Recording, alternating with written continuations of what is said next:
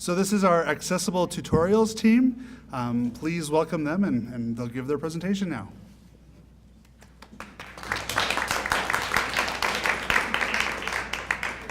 Thanks, guys.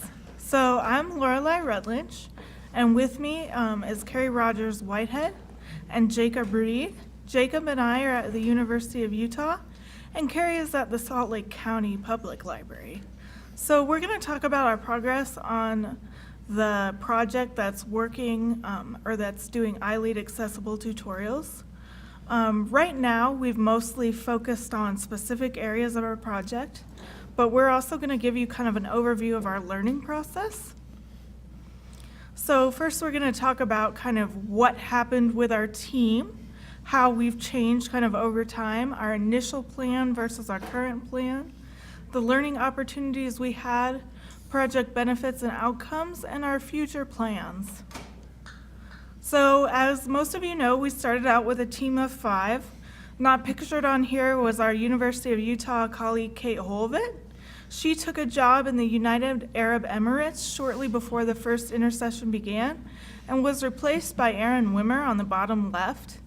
Then Aaron got a new job at the Eccles Health Sciences Library and could no longer participate in the project. And Rhonda, who is in the top middle, was actually at Ogden School District. And I think most of you kind of know what happened there. But basically, they let their school media specialist go, and she was one of the victims of that decision. So she's no longer on the project. So first there were 5, then there were 3, and then there were Jacob and me crying alone at the University of Utah. So our initial plan was to create online tutorials to support staff and patrons with disabilities in learning how to use accessible technologies, and also to show best practices for working with patrons with different kinds of disabilities. So our revised plan has still stuck with those goals, but we realized that we needed to spend more time on specific parts of our project. So when we first started, our focus was mostly on creating content. And then we realized that one of the things that was really going to take us a lot of time and learning was actually creating a Joomla site to host the content. So we looked at a lot of different website systems, and Joomla was the one that worked best for us because it's open so that both Carrie and Jacob and I can all use it. We also focused a little bit more on actually gathering tutorials from other institutions that are also interested in accessible technologies and using our website as a venue to draw attention to the work that's already been done. We also began work on creating tutorials, but quickly realized that we needed a longer time frame than what we had initially imagined to actually recruit our actors and actresses and do the video editing required to make a top-notch project. We also decided that we wanted to develop a webinar to share our findings. So now Jacob is going to show you our website and talk a little bit about our process for creating that. Thank you. So our website, it's still, I've got a lot of the technical framework up. It's still quite rough. It needs to be worked on. Right now we've got an about page where we're talking about our site. We've got some basic information about the people involved in it, in the project, and some basic information about ILEAD. We've got one area about where we're listing our internal tutorials, where we're listing the things that that we're working on within the site. We do not have very much content yet, so a lot of this is filler code right now. But we have had time to. We have developed one video tutorial so far, which I'll show you in a little while. I also want to further flesh out external tutorials. I've got a list of kind of broad links at this point. We've got some stuff on Kurzweil and JAWS, and I think we're going to extend these out into full-scale guides rather than having them be a breakdown of items. We also will be showing additional news. I would like to extend this out and do some sort of a blog as well, where we do things that maybe aren't tutorials but is information about accessibility and sort of things dealing with accessibility on the web. And then we'll add some contact information. Further developments, I would like to do some stuff for some recruitment information for contacting us if somebody has a tutorial they would like to add or wants to be part of future tutorial development. But yeah, that's basically where we're at now. Even though this is a bit rough, I think at this point, all the technological underpinnings are there.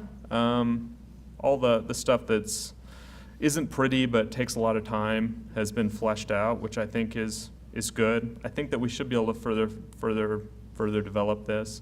I've already recruited Leah Martin at the University of Utah, and she is excited about helping us do some stuff to really pretty this up. She's one of our web designers, whereas I'm more of a technological person. She actually has some artistic creative skills. But yeah, and so far we've done one video tutorial. In some ways this fleshes out what I think we're going to do. I think we're going to probably move towards less actors, if I were to guess, and more towards encapsulating a lot of the animations and stuff from keynote presentations, PowerPoint presentations, integrating those into video elements, and then including those as part of a short summaries of stuff. So there's text and then a basic video. But I can show you this really quickly. This is kind of our first attempt at a video, and we'll see if it works. Hello, this is Lorelei Rutledge with the ILEAD Utah Accessible Tutorials team.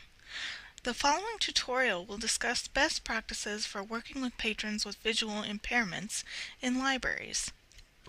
When greeting a patron who is blind or has low vision, greet them the same way that you would greet any other patron, telling them your name and asking them how you can help. Let the patron know if you need to finish another question before you can work with them so that they don't think they're being ignored.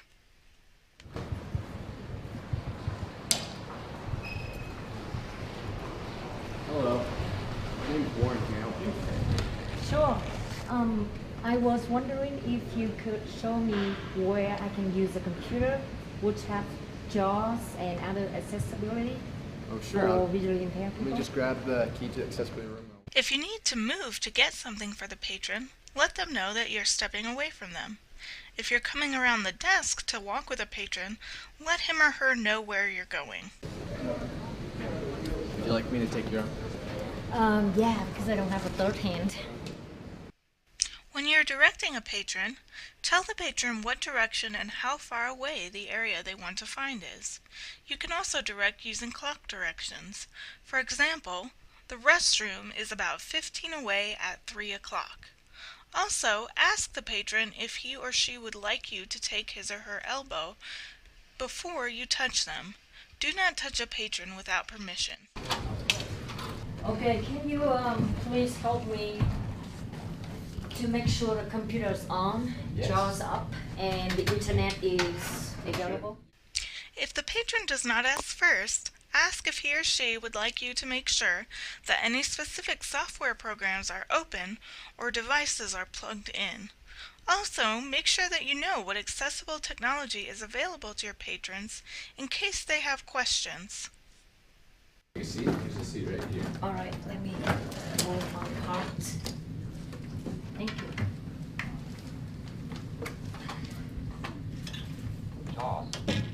JAWS is up and running. And the computer's on. You're logged in. And the internet is available? The internet is connected. Good to go. All right, thank you, Warren. No problem. Have a great day. Let me know if you need other help. Sure. Before you leave the patron, make sure he or she knows where tools like the keyboard are located in the room. Also, make sure he or she feels comfortable navigating back to the reference desk. If he or she does not, offer to come back in a specified amount of time to check in if he or she would like for you to do so. Well, by the way, are you going to shut the door? Yes. Can you please leave that open a little bit? Okay. Thank you, Warren. When you leave, let the patron know that you are leaving the room. Check in about whether he or she would like the door left open or closed. This is the ILEAD Utah Accessible Tutorials team, and we would like to thank you again for watching our presentation.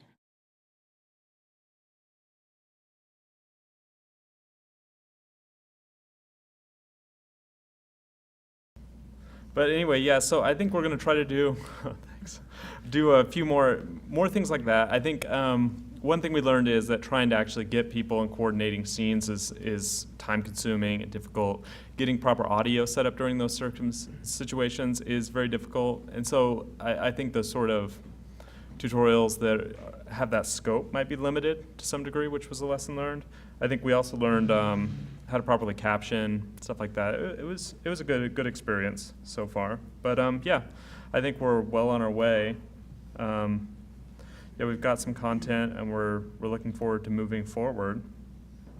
And let's see. Let's see if I'll, yeah. So, and I'll give that back there. Carrie. Thank you.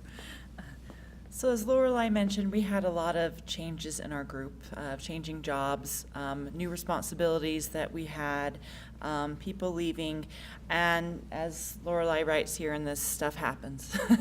But it was a really great learning experience to learn to work with absentees and other jobs and everything, and to organize our time and to communicate better. We found the best way to communicate with each other was usually email, and we kept tabs on each other.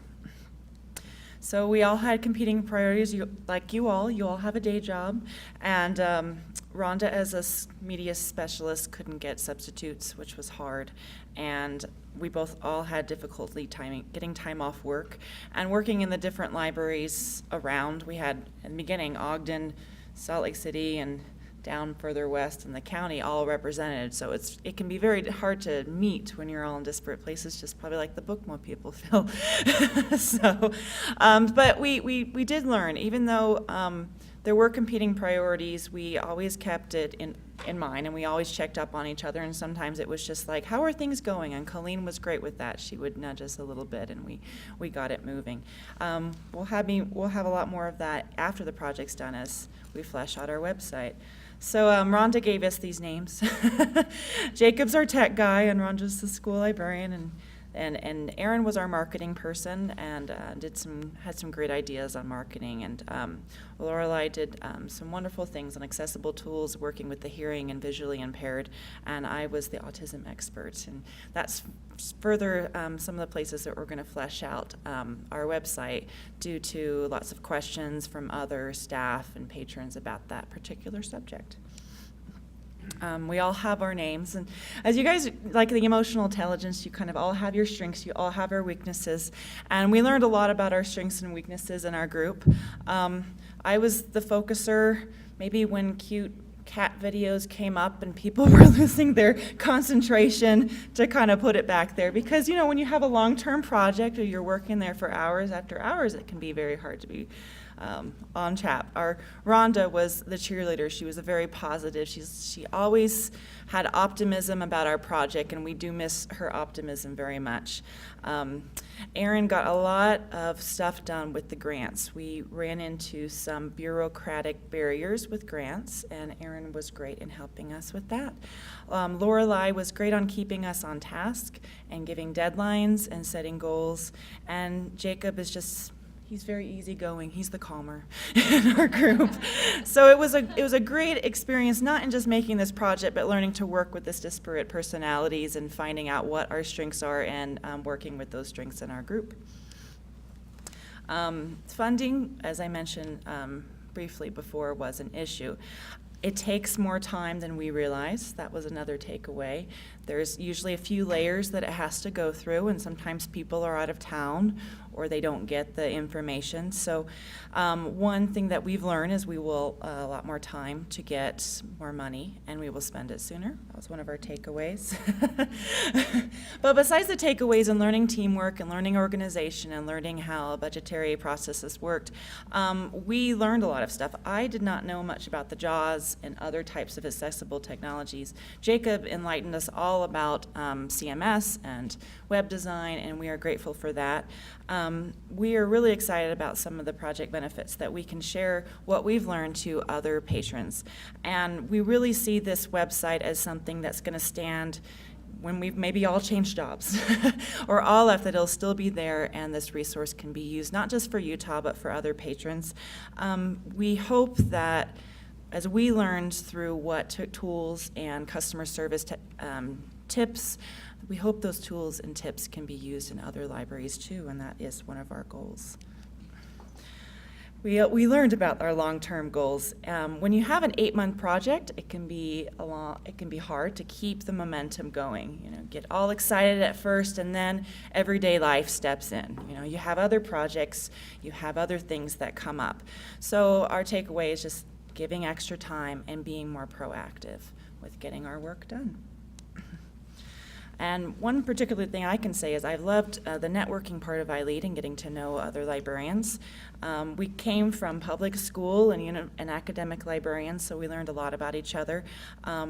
We learned about Rhonda and how you can get fired as a school librarian and how you can't get time off, and that taught us a lesson too, to be grateful for certain things and understanding of other things.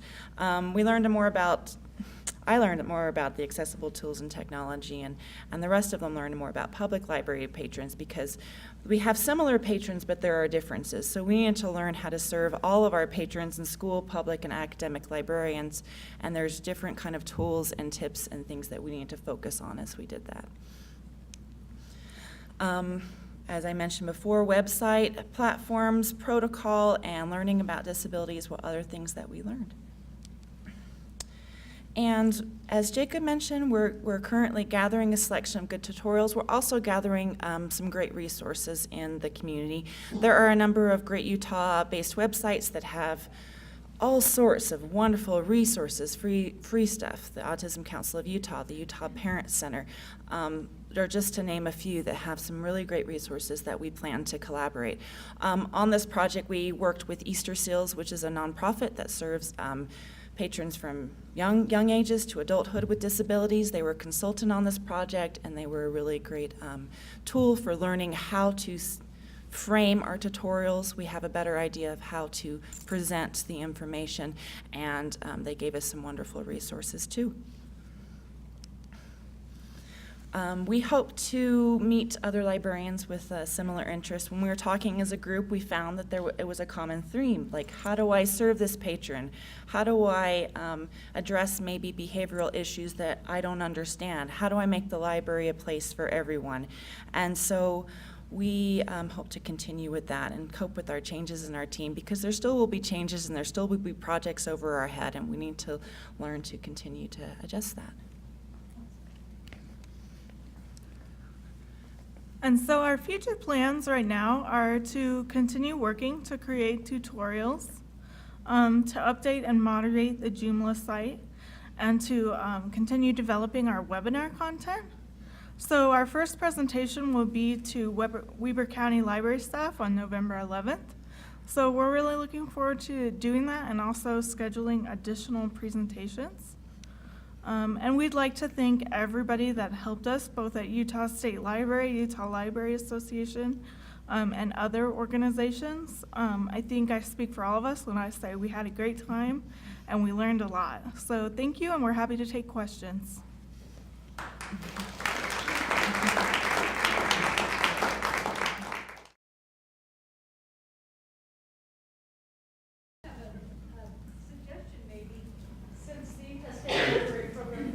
Disabled holds the world's largest Braille library.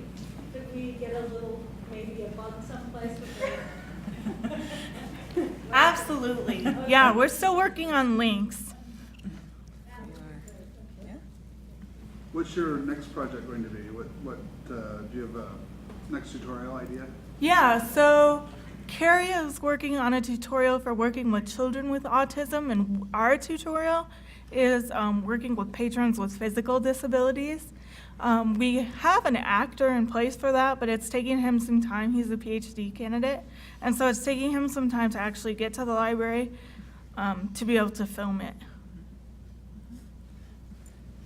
What's the plan for telling other libraries all across the state about the things you've just created? Because you created things that, working with a patron, you gave some phenomenal advice. But now we just need other people who are working in libraries to see it. What's your plan? So I'm the Utah Library Association social media manager, which basically means I update Facebook and Twitter. So that's our first plan. We've also created promotional materials that Carrie can hand out after our presentation. And she also has some venues in the public library for doing promotion.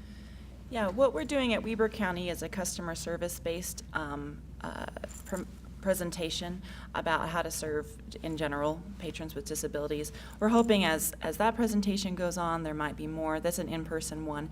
And then library staff can also look at the links. Colleen gave me the opportunity to do a webinar with the Utah State Library and the Utah Library Association. We can really definitely expand this information into those webinars. There's also some really great, as I mentioned briefly before, some other websites and other social media specifically for this population that I'm in touch with. So there are a lot of venues, and definitely the Utah State Library is one of them. Also, one thing that's not terribly well represented right now on that website, but it will be there in the future, is I really want to take the friction out of the process of getting other people to collaborate with us. So there will be an area that both kind of advertises how people can not only read our tutorials, but contribute tutorials, and a system for integrating user accounts really easily and getting content in there in an easy manner. So yeah, hopefully we'll be able to do that. Other questions?